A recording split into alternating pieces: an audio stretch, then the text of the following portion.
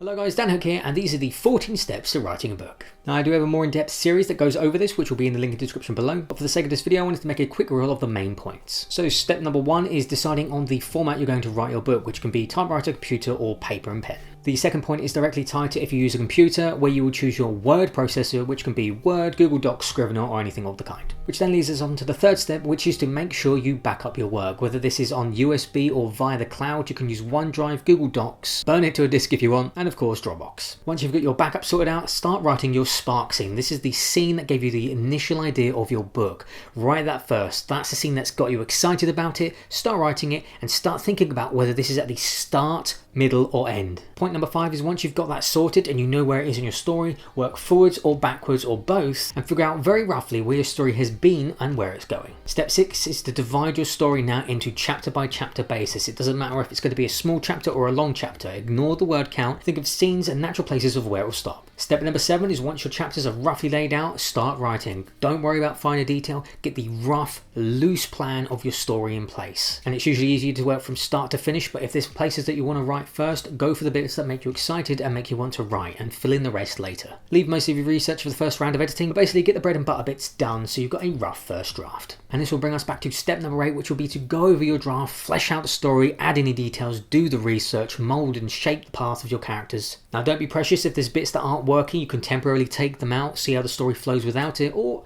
keep working at it and get things to work. Step number 9 is to then read through your story again once you've made this major edit, ideally taking a week or 2 or even a month away so you can look at it with fresh eyes, and then find some beta readers you can give it to for some feedback. Step number 10 is to then use this feedback you've given from your beta readers. Ideally, when you've given it to your beta readers, you've given them some questions so you can figure out what's worked and what hasn't, what they don't understand and what needs some more explaining, whether subtle details have been missed out, and whether there's anything you need to add. Step number 11 is after you've been over it with the beta reader feedback, you've edited it again, it's now time for you to step away, reread it, and then consider hiring some professional within the industry to take a look at your book. Now this could be family, friends, or someone within the editing industry. In the UK it's CIEP, but essentially you want to get someone that is constantly editing and constantly reading books to give you feedback for your characters, your story, your pace, your dialogue, your grammar and your structure, to see if it's up to standard before you go on to sell it. And then step 12 is of course edit again. Use this professional feedback and take what you can from it. Now that's not to say that all their feedback is going to be completely right. Of course you know your story the best, but ask your friends or family or fellow authors if you're unsure about certain feedback points. And after editing, let it sit for a while. Now step number 13 for me would then be to send it on to another professional, a proofreader, who will look over it one final time.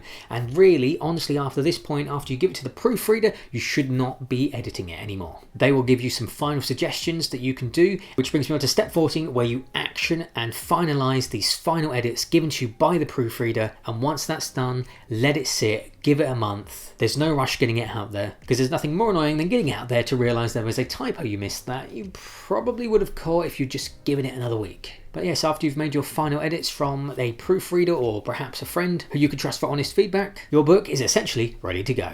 But yeah, that's it for this video. If you would like to watch a more in-depth series on how to write a book and go through these major points, you can find the link in the description below, where I have a series on the how to write a novel. But thank you for watching, and I will see you in the next video.